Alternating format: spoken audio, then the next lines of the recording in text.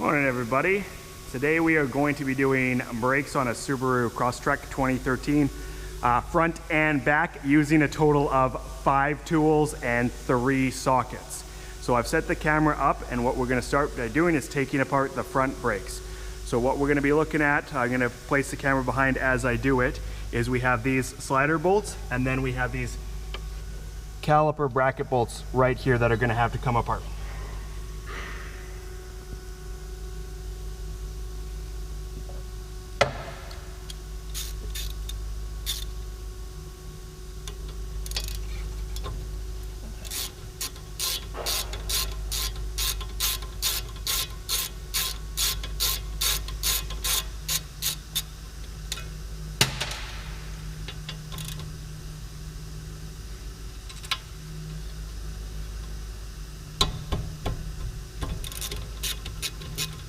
Pretty easy so far. Now that these ones are slacked off, you can go ahead and take your caliper off and kind of tuck it behind and out of the way. Just tuck it right back up under here, and that will help expose the other 2 bolts.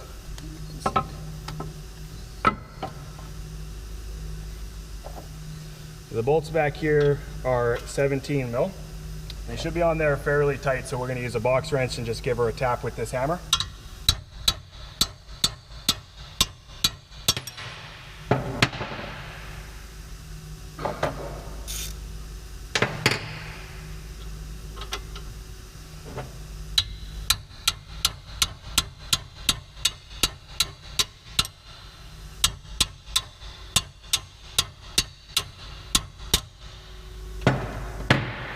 That's tight as shit.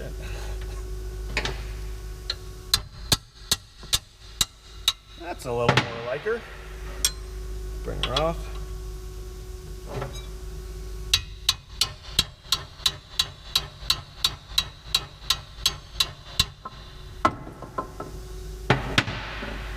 The top one came off nice and easy, but the bottom one here seems to be on there really good. So I don't want to keep smashing on it with a hammer, because I do not want the bolt to break inside of the caliper bracket. So just be right back.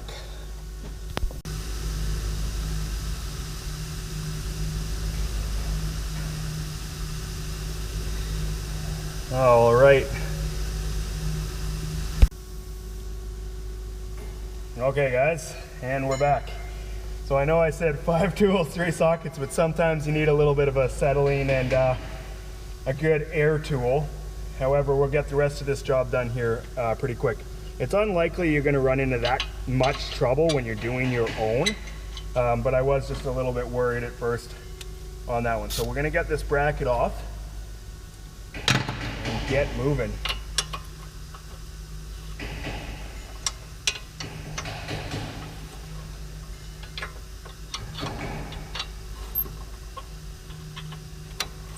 Eventually this one will work itself nice and free, so we should be able to remove her by hand. I do want to show, part of this video is just how simple it is to do brakes, not just specifically on this car, but virtually any car that you have. It's kind of all the same idea. It's rinse and repeat, typically the same amount of bolts and stuff that hold on each different part and caliper. So kind of once you've done them once, you've done them all. Now on modern day vehicles, it is worthwhile, it's intelligent to replace your rotors. I'm very certain there'll be lots of baby boomers out there being like, back in my day I've never ever had to replace the rotors, you just turn them. Well, modern day vehicles are manufactured with throwaway rotors right now, so don't cheap out. Not replacing your rotors can lead to squealing, it can lead to vibration, and overall just not a very good ride. So it is important to just spend the extra couple bucks, spend the extra couple minutes, and get it taken care of. Almost.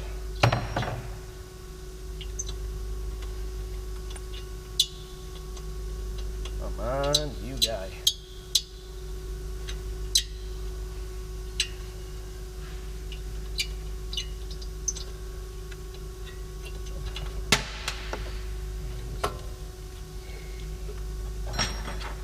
Whew. Bottom one's still hot from when I heated it up to take it out.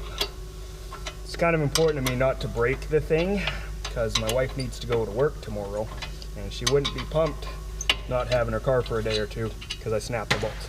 So now you can take off this nice caliper bracket and pads, so on and so forth. I'm actually going to grab the camera here. It's really important kind of at this point to have a look at what you're doing. So you got your caliper bracket, you've got your new pads. I am using Napa brand ADO pads. You kind of just want to have a look, make sure that they look the part, look the same, so that when you reassemble them, same thing too with the rotor that I was talking about. So what I'm going to do is I'm going to pop off these brackets here, or these little brackets, and I'm going to take a couple of minutes and come back after I have a chance to clean those ones up, and then I'll show you how I fitted the new hardware. So what I did is I buffed off all the rust and corrosion underneath these hardware tracks. I put some nickel anti-seize so the rust doesn't build up, and then the tracks, and then some lubrication. I also took the sliding pins here, pulled them out, cleaned them up, and then put some lubrication on there. That's going to make sure that the brakes work nicely and stay nice and quiet. All right, let's put this guy back on here.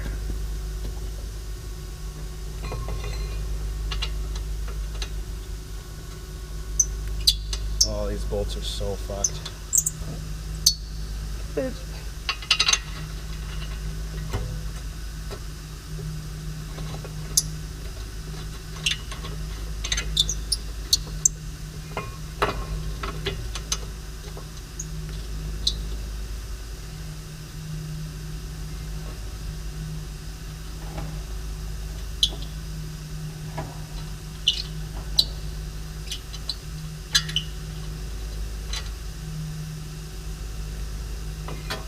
I'm gonna come right back. I've got this bolt.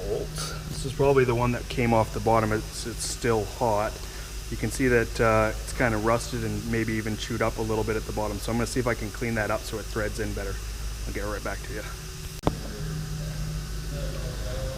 All right, so we got that bolt back in, and I've tightened these ones up pretty much as good as I can get them by hand. But since we're not gonna be using air tools in this video because anyone can do this job, we're just going to simply put on the box wrench and we're going to give it a little bit of torque, exactly like what we did when it came off. Don't be scared to hit her pretty decent until it stops moving. You want to make sure that these bolts don't ever back off.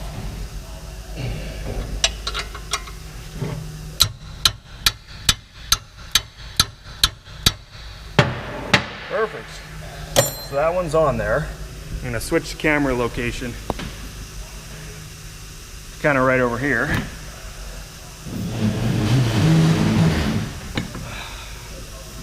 And we're gonna go ahead and drop the camera, set the camera back up, hope it's still filming, and we're gonna go ahead and put on our brake pads. So like I said, these ones are marked inner and outer. Putting a little bit of silicone lube on here, just like we have on the sliding tracks, and then you fit them into your bracket. Same thing here. Get that one just nice and tidied up. Now I did have a little bit of tricky time with the last one on the other side, but come on.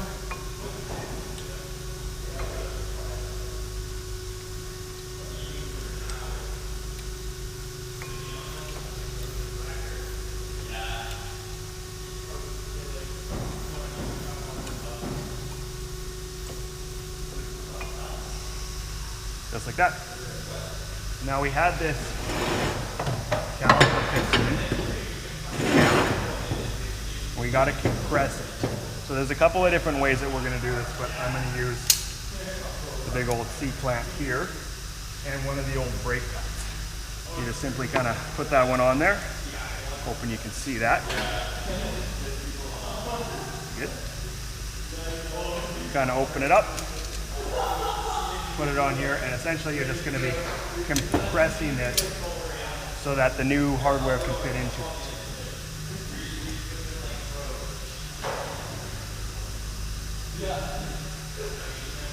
Give it a little squeeze.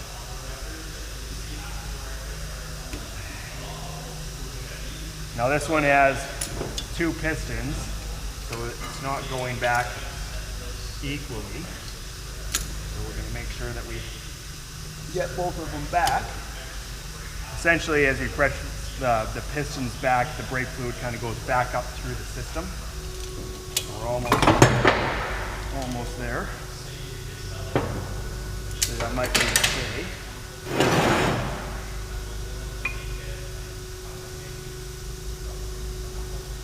We'll go just a touch more on this one bottom one. Might be about 1/2 millimeter or so out of place. Tighten her up.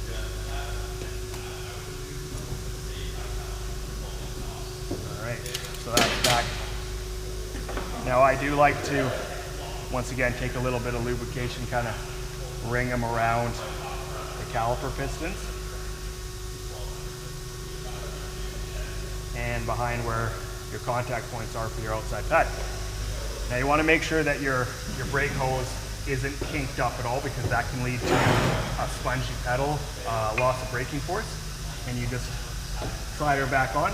You push these little pins back in to fit around, or fit on the inside of this. And you go ahead and reinstall your 2 14 mil bolts.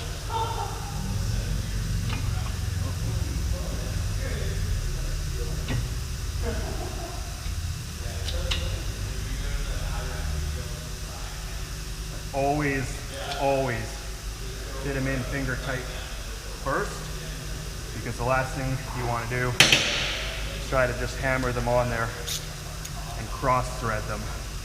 Then you're into a whole new world. So these sliding pin bolts, they don't have to be as tight as the caliper bracket bolts. So just hand tight should be more than you'll ever need to do.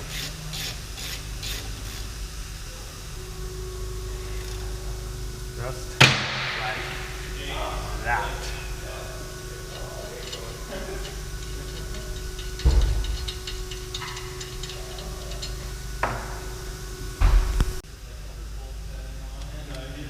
All right, guys, on to the back. So the front, the caliper bolts were 17 and the slider pin bolts were 14. On the back of this guy, they're all just 14. So the bolts should come off nice and easily because there's lots and lots of space on them. We're gonna run into a different little issue that we didn't have on the fronts here on the backs. So now, I'm not sure if you can see that here, but as I'm spinning the wrench, the little nut is spinning on the other side. That wouldn't happen on the front because of the way it's caved in. You can kind of pinch it down with your fingers, vice grip, flathead screwdriver, anything like that, just to kind of keep it from rotating, and then that should come right out. The bottom one here is not spinning, but I can be certain that once we put them back together, they will. So once again, you just take this off, tuck it up under, out of the way, and now we should be able to put this on here. A couple of whacks with our hands. It's already nice and free. And then the bottom one, nice and free. Nice, much easier than the front.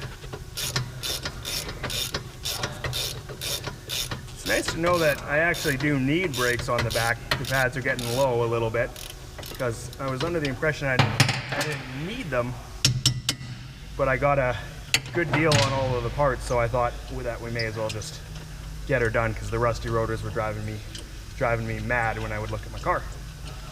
So, finger blast these bad boys out. Bracket comes out, just like the same MO as the last one.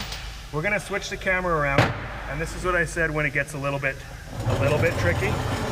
So we have the rotor here. On the inside houses the e-brake, right? So the front one nicely just slid off. This one here will probably take a few love taps. It should come off nicely. If it doesn't, we might actually have to take the e-brake, loosen it off a little bit, and then smack her off. So I'm just gonna move this guy here.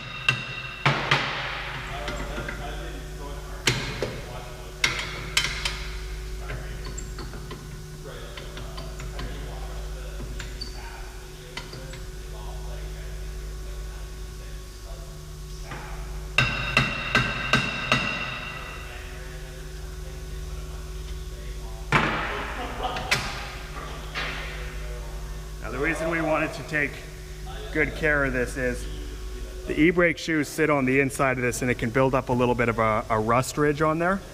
So if you smash it off too hard with a hammer, you have a chance of actually pulling off of your e-brake shoes. If you pull off your e-brake shoes, this job gets a lot harder. So what I'm gonna do is, once again, compare all my parts, clean up my bracket, and then I will come back to show you how you might adjust the e-brake if you need it, and then reassemble it. Talk to you soon. So I cleaned off all the rust off of these guys. I didn't show you on the fronts really kind of what I did with it, but I would take these sliders out right here, give them a quick wipe down with the cloth, take off all the old lubricant, slap some lube on them. Lots of lube's good lube. Slide them in, make sure the boot's tucked up under there because it does help with some vacuum, which transfers the force. Same thing. Lube it up nicely. Tuck her in, make sure she's free.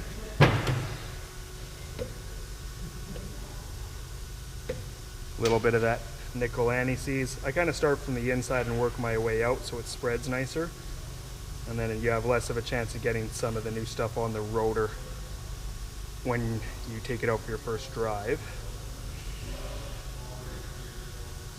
Just like that. Now you want to fit your hardware into them. So it's always a really good idea to look at your parts when they're coming apart to make sure that when you're putting the new ones on that they fit in there nicely. And these things should just clip in.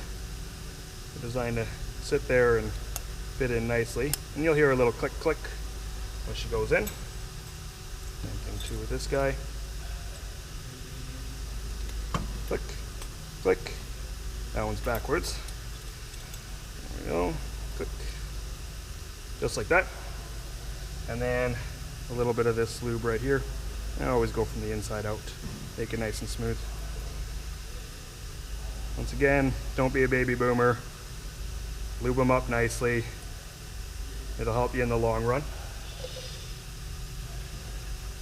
Now, if we need to adjust this e-brake to make sure it's nice and tight, there's a little star wheel down here that you can adjust it, which will move this thing in and out, essentially moving these in or out. You can access it very nicely right now, or once the rotor is back on, you have this little inspection port here with a little cap on it from the old one.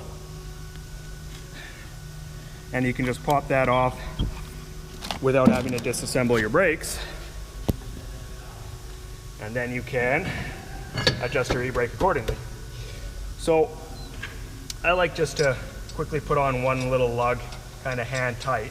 This just kind of helps the rotor from bouncing around and stuff. I didn't show you guys that when we were doing the up front one, but now it's kind of just like the front. Rinse and repeat. We'll slide our camera back around. These bolts are not nearly as corroded and worn as the ones on the front were, so I do expect that these ones are going to go in very nicely. And then we'll be able to slap our wrench on it here shortly and get it all nice and tightened up.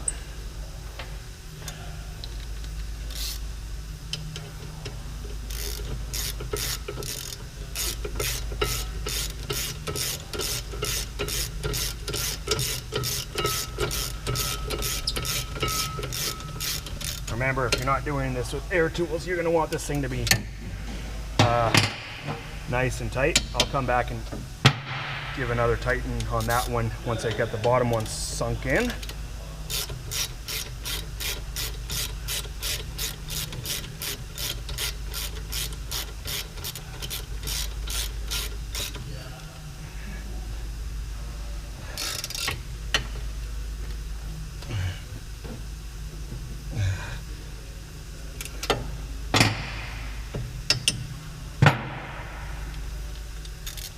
Top one with as much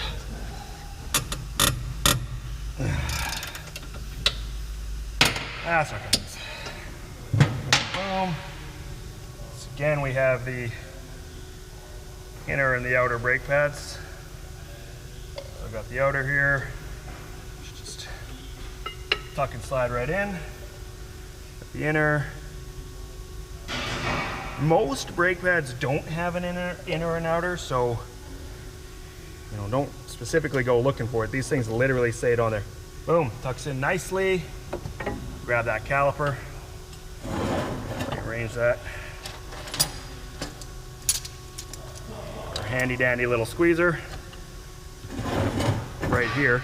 So as I squeeze it, you can see that that piston, ooh, that's going back like butter. That's nice, nice and easy. You want to push it all the way back so it's nice and flat.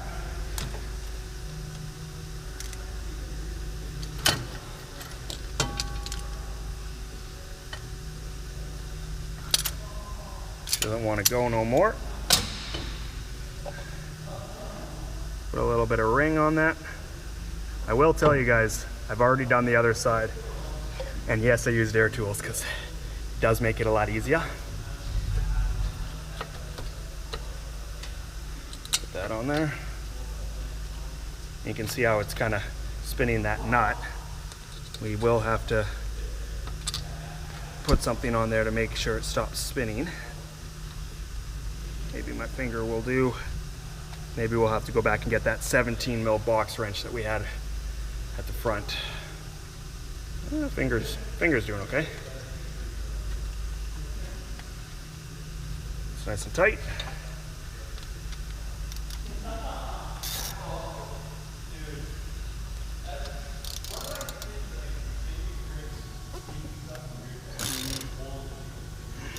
Nice. Okay, so that's on there.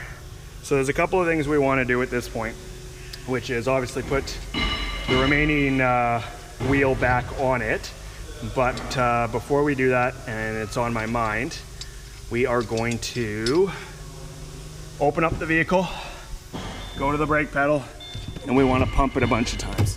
The reason is when you're pushing those caliper pistons back to make room for the new hardware, it's not as tight as it should be. So if you just simply hopped in and drove away, you wouldn't have braking force until you pumped it a few times. And I have seen people fail to do that and then back into a car because they're geniuses. But that should be it. The only other last thing is if you're not doing it on a hoist, there is little jacking points underneath the vehicle for you to put a floor jack and jack stands on if you need. So hope this was helpful. See you guys. All right, the fifth and final tool, torque wrench with a 19 mil socket. You set it to 89 pounds is good. Don't let any baby boomers tell you that their breaker bar is a torque wrench. You want to make sure you put this on, torque it to correct specifications. You want to torque it in a star pattern. So I started with this one, this one, this one, this one, this one. It's good, go around once, go around twice. Just make sure you're not over torquing it because that can lead to wheel offs just the same. I hope this video was helpful for you guys. Bye now.